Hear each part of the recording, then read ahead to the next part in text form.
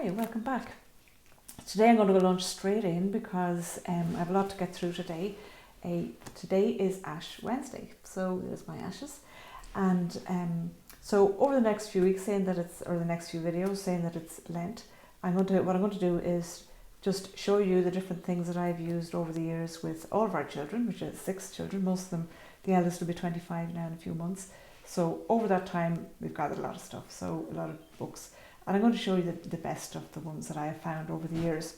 So first of all, when I was at the bookshelf getting things off for this, I found this, which is actually the book that I used when I was a child in school. And all of my siblings' names are on this, and it was produced in the 60s. So it's such a lovely, I love it. I love that sort of style. It's kind of old-fashioned, but it really, when you look through the books that were used in those times, they really just fostered a love of Jesus and of God and goodness and all that. So, and the teacher at the time, hopefully she's in heaven now, she wrote lots of little notes on it as well. And one of the notes says, what is the most important thing we must do in life? And it says, to love God. And then what is the second most important thing? To love everybody else.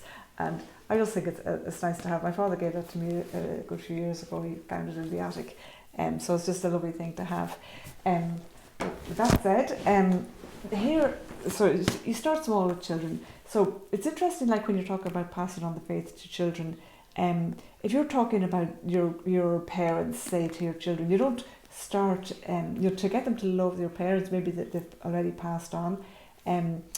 You don't tell them, they lived in this geographical place, and they had this education, and the setting was this, and that. You actually just tell them the stories that will make them love their grandparent. And the same with God. So for little children, the main thing isn't to kind of teach them, the commandments and the things, even though you do, a little bit by little bite-sized. The main thing for small children especially is to teach them to love God, to love Jesus, and to love goodness. And I would say, first of all, if you're choosing Catholic materials for children, the first thing I would say is be uncompromising when it comes to the illustrations, beauty. And there's so many books on the market that Jesus, I think, looks like a scarecrow with his arms stuck straight out. So I think it's just nice to really just go the extra mile and try and find the ones that have beautiful illustrations. I'm not a big fan of primary colours for small children in any book, because I think they can be a bit harsh and brash, and I think children are entitled to beauty the same as adults, and they like the other colours that adults like too. So this one is just a little example. We all know this, Precious Moments. They're so sweet, and this is the Catholic edition. These are so nice. You get little pyjamas and baby grows and things with the Precious Moments characters. So that's kind of, and I just love the little colours on them. That's so nice. This one here is Ignatius and Magnificat, a press who published this one. It's a very, very simple, very first catechism. And it goes through just different truths of faith, the sign of the cross, baptism. And you see what I mean about the illustrations, that they're mainly not primary colours. They're just slightly softer and more interesting colours. But anyway, it goes through very, very good material. All Saints' Day, Creation, Hail Mary. So that's very good. And it's a board book format, which is good. And then these little books here, which are from our Sunday Visitor, which our Sunday Visitor is another very good publisher for children's books. Little Acts of Grace. So it's just little small things. It says on the back, how do you show your mommy and daddy that you love them? Do you give them a hug, give them flowers, tell them you love them? And then it's saying, well, God's the same, that he wants them to show him that they love him in little ways that little children can. So it goes through all the different ways, like genuflecting in the church and how to bless themselves, beautifully, and bowing your head, what to do when you pass the church, dressing, and just little things that they can do, because they can do little things, and if what they can do, it's nice for them to do it. And then this is one which is just one little step up. It's the same, but just to follow on, and it's just a bit more kind of how to participate a little bit more in the Mass and so on. So I really recommend them. They're very nice. This one is the Catholic Truth Society, which is little beautiful bedtime stories with Jesus. So this as well has really lovely illustrations that are nice and soft and not brash in any way. They're just so beautiful and just nice for cuddling down with the child and teaching them to love Jesus through the nice, beautiful stories. These ones, I don't even need to actually explain them. They're the core of every Catholic home has these books. The St. Joseph picture books, you know, and they go through all the different topics. And you wonder, you know, is there a single Catholic home in the world that doesn't have these books? They're so good and so timeless. I love them. And this is another little one that we picked up at a stall at the time the relics of St. Therese were visiting Ireland, and we picked up this at the little stall. It's just a little, just nice. So if you have your eye out, you know, and you see something nice, just take it and grab it when you get the chance, because surely when you go looking for something, you won't find it. This was part of, actually, I'll just maybe I'll show you all of these at the same time. I got a job lot of Ladybird books one time on eBay. I think I got about 23 books or something like that for about €50. And there are actually quite a lot of these vintage Ladybird books that you can get on eBay.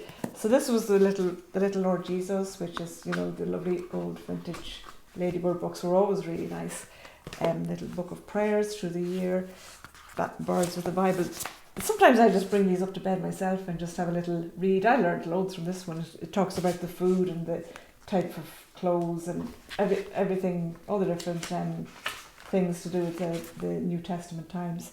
And then book of prayers, St. Peter, St. Paul, you know, just different ones. So check out eBay now and again, or, you know, secondhand. Keep an eye out. You never know when you're going to meet them, but they're very good and they're just nice for a kind of a supplement. Then when it comes to Mass, I would say, no, first of all I'll show you, I'll show you the Mass one first. If you're going to buy one book for to a child to bring to Mass, I would recommend this one. This is, in all my years, this is, I would say, the best one. It's CTS, $3.95 sterling, which is less than a fiver in euro, and even less in dollars. So what I love about this is that it's so small, you can put it in your bag, it's so cheap. You can buy them for all sorts of people, you know. But what it does is, it goes through the Mass. So here we are, first of all, the child goes into the church, and as you can see, there's the tabernacle and the little sanctuary light to say that Jesus is here. And here we have the angels in adoration. So immediately the child is now into here's Jesus and God is here. The introduction. So here, look, this one here, the Penitential Act. So here we have the people, and then we have the priest, and then the saints and the angels. So how, you know, the universal church, the people in heaven, the people on earth. Maybe that's the souls in purgatory, actually, possibly. And then the Gloria, so the shepherds. So it has the connection with the biblical context of each part of the Mass. There's King David writing the Psalms there with his lyre, or St. Paul writing the second reading and the Gospel, Jesus. So all of it has, here's the Apostles' Creed with the Apostles. So it just connects the church to not just, at Mass and in this particular building, but it connects it to the whole of heaven and earth, Eucharistic prayer, the offering to God, my heart, you know. So there's the Last Supper. I just think this is just an excellent book, and is so cheap. Definitely get that one. Really excellent. And then this year I've started getting these, which are, a lot of us get Magnificats, you know, for Mass Missal, is so handy. But this is the Magnificats, which actually is a subscription as well. It comes to the house, and the first one there is Ash Wednesday. So it comes in a little set with all of the masses for the month and one little booklet for each week. So you pick whatever Sunday it is, and then at the start there's usually a little story, and then there's a little talk, kind of the readings, and it explains the hard words. And so if you do this spotlight and so on, and then it has another little craft and something to do and a little how you can be more holy this week. I think these are so good. So what I usually do is maybe Wednesday or Thursday I'll start preparing the Mass with and she's nearly 11 and she still loves these. So I'd say that you can just keep going with these until you feel your child has got grown out of them. But really by the time, so I start on Wednesday or Thursday, go through the Mass, explain the reading, so that then, at the moment we're watching Mass online, I leave it there beside the computer and then she can follow along the Mass and know what's going on. So I really recommend these. Very, very good. Then for sacrament preparation, this is what I used for all of our children. Now it's a little bit hard to get now because it's, maybe not so much on the market because obviously the children are a bit older. This is Ignatius, a publisher which is in the Philippines. But this is very good. It's just a typical sacramental preparation. It goes through all the different things. But if you can get a hold of this, by the time, look, so there's God sent his, so cute, I'll never throw this out. If you do this with your child, they'll be very well prepared for their sacraments, First Confession, First Communion, very, very good. And then in more recent years, I've used this one. So with our 4th and 5th children who are now older teens, but this book is still very easily available, Totally Catholic. It's a catechism basically, and this is Pauline Press. So they're an order of sisters whose charism is books, and they really have fantastic children's books. So this one is, I like it. It reminds me a bit of the For Dummies series. It goes through things in really bite-sized amounts. So little prayers, and then act, recap, and then it has these little sections like Did You Know and Catholic VIP. There's St Mary Magdalene. Very, very, very good.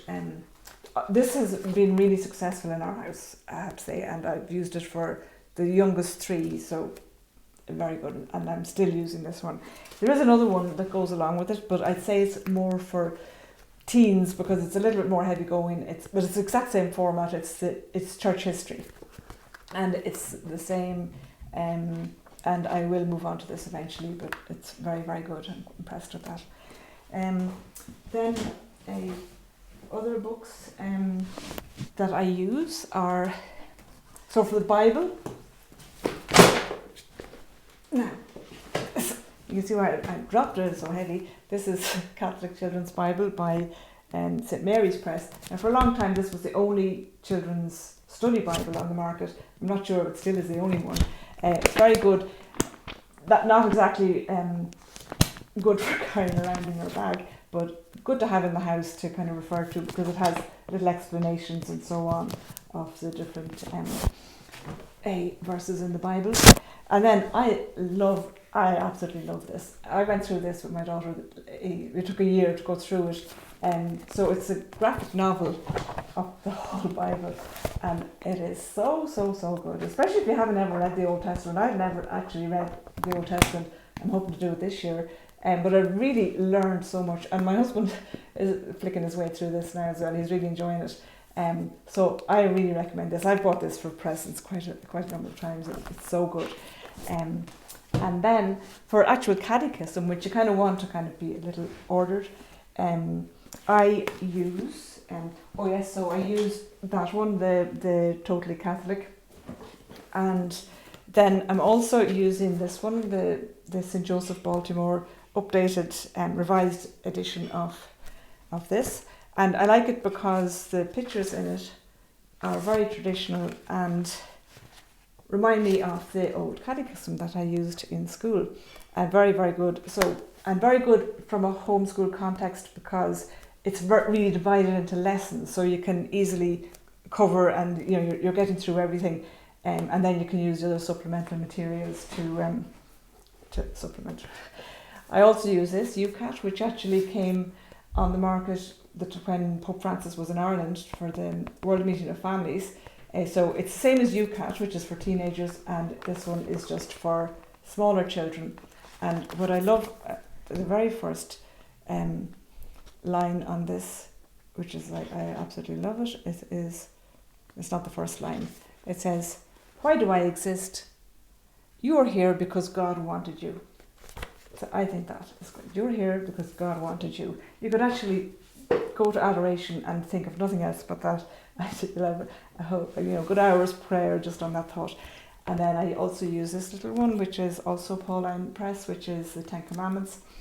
And I use other things. Now, I didn't show in this video the books that are to do with saints because it was going to end up too long, or the ones on growing up, which I'll do a complete separate video on materials to do with puberty and the facts of life and so on, for younger children and then older young teens and older teens, young adults. So I hope that has been helpful to you, and I hope if anybody has any questions, never hesitate to ask me anything. And I hope you enjoyed that. And thanks for watching.